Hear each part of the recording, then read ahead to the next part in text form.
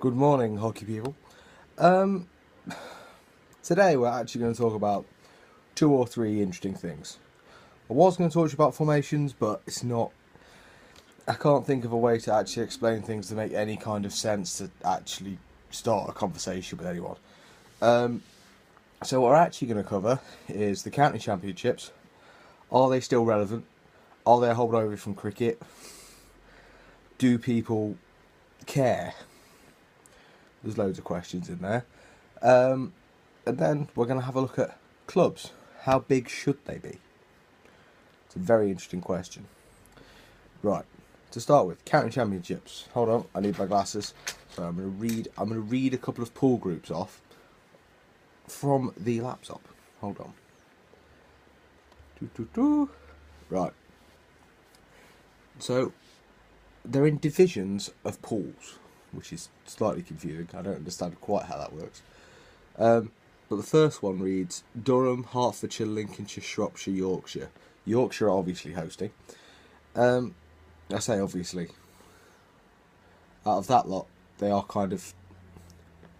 they're the force in that group anyway. Apart from maybe Durham, if Durham actually used the university. Yorkshire care about things because they're Yorkshire. They always, like, anything involving the county, they're there. They love it. They can't help themselves. And also, it's massive. Shropshire. I don't know what's going on there. Lincolnshire. I've never played hockey in Lincolnshire at all. Even though it's in the Midlands, never played there. The same applies to Shropshire, I think. Just randomly, there's been no clubs in my division. Hertfordshire. I've played hockey in Hertfordshire at least one university. Because I've played Hertfordshire. I don't know very much about them. And then we're back to Durham again. That should be Yorkshire, followed probably by Durham and Hertfordshire. Second one down, Bedford, Norfolk, Staffs, Sussex and Warwick. Staffs, Sussex, the three others to fight it out. And then we get to Division B, which is an interesting little collection. I'm not sure quite how they've grouped these, but at least the other ones seemed quite close together. Apart from, yeah, they are quite close together actually, apart from Sussex randomly in that second one. Right, and then we're just going to gloss over the rest of them, because like the second one down's got Kent, Lancashire, Northumberland, Northants, and Cheshire. Apart from Kent, at least everyone's relatively together. And then, interestingly, we get the Channel Islands, Cornwall, Devon, Gloucestershire and Somerset. I have no idea about hockey in any of those places apart from the Channel Islands, vaguely. I don't know who's going to win that at all. I couldn't place a bet. I actually couldn't place a bet on hockey for once in my life, worryingly. The second one is Army, Berkshire, Cumbria, Nottinghamshire and Wiltshire. Should be an easy enough group for Nottinghamshire to get out of. And then the last one reads Hertfordshire, Isle of Man, Leicestershire and Rutland, RAF/Navy and Surrey. I don't know if that means the RAF and Navy are playing together or what. I've no idea about hockey on the Isle of Man. I know they've got a motorbike race, but that's the extent of my sporting knowledge on the Isle of Man.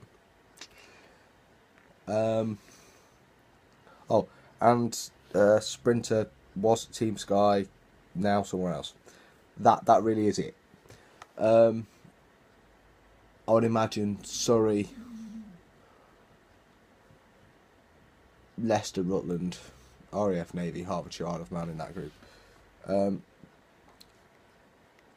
But I suppose the question is, we know that's not all the counties, don't we? We know that Derbyshire's missing for a start. There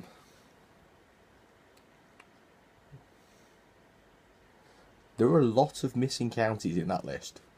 Can't name them right now because I'm being a bit dense today, but they're definitely missing. So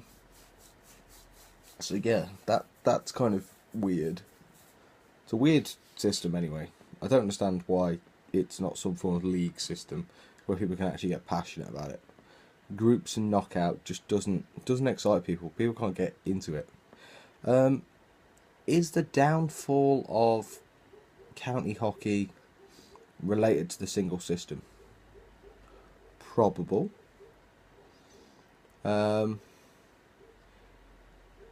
Is county hockey related to county cricket in a bit of an odd holdover kind of way? Very probable. And my glasses are doing my mind in, so they're probably doing yours in. Yeah, we need to actually like work out what we want from the county system, because if we don't, it's gonna go. It's diminishing. We need to get involved in it really, but at the moment, it's like most things in hockey, run by a select band of people, all probably lovely old men or old women. I don't know. We don't discriminate on the grounds of old lovely people. But you've kind of got to ask yourself, where are we going with it all? I don't know. If I did know, I'd find an answer, but only counties with a really strong, yes, we are a county ethos, are doing well in this, and have done for years. Like, the numbers just diminish and diminish and diminish. And the standard of hockey's not as high as it was. Like, I know that this year Surrey have said they're not using any National League players.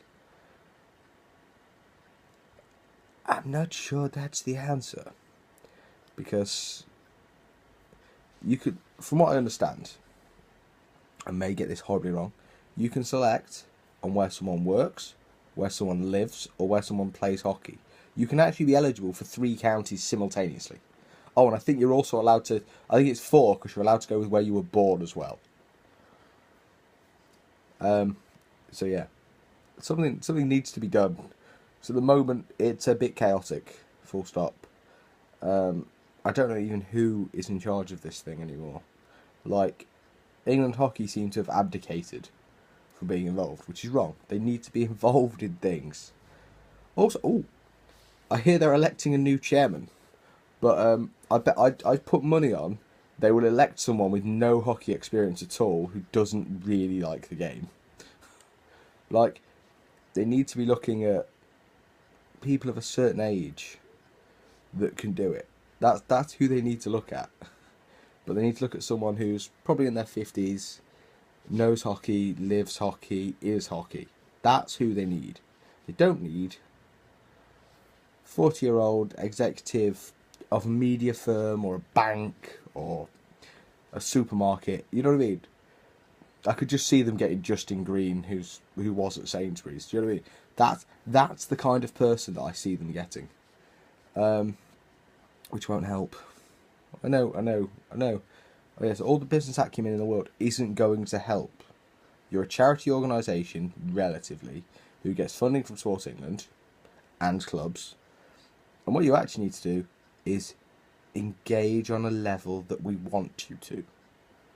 We need you to become involved. Don't take over everything, but be involved. Like, you should be at the Midlands meetings going, people, it's quite simple. Lay it out into an open league. That'd be lovely. Right, what else are we going to talk about? Club sizes.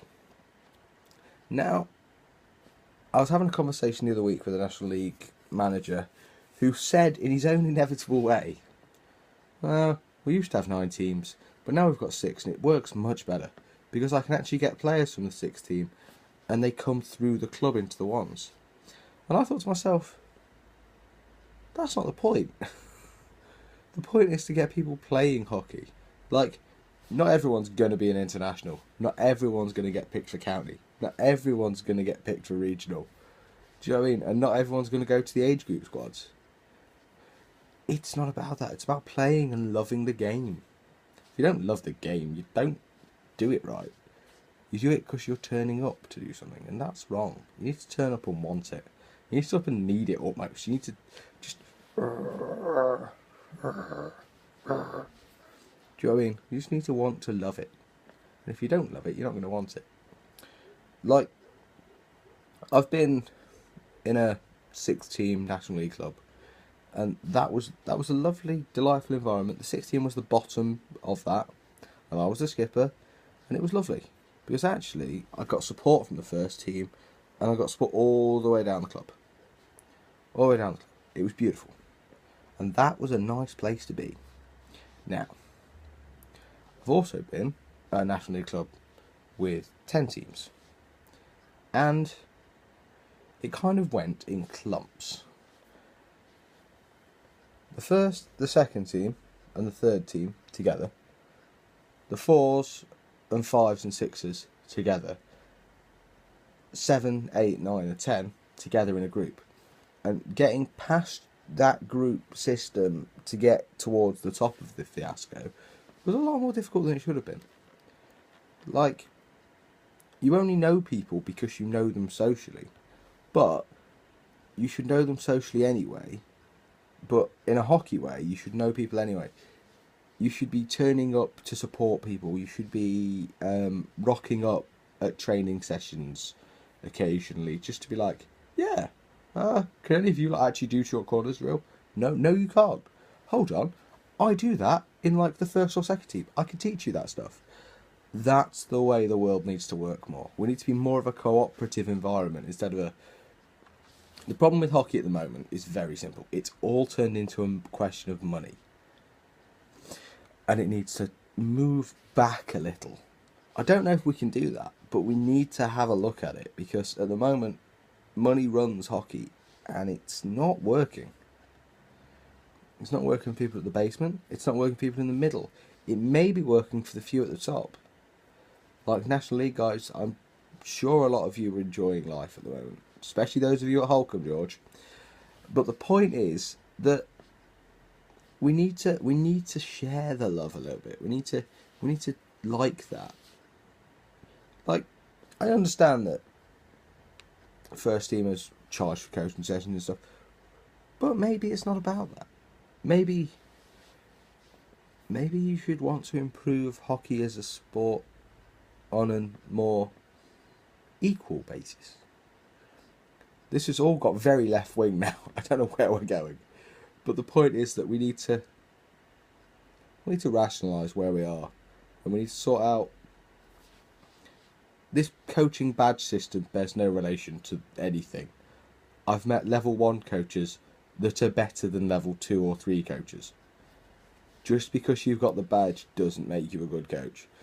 Anyway, I'm going to leave you now, for I'm actually cooking a curry, and I'm going to go and eat that. Play hockey, don't be a dick, and I'll see you later. Bye.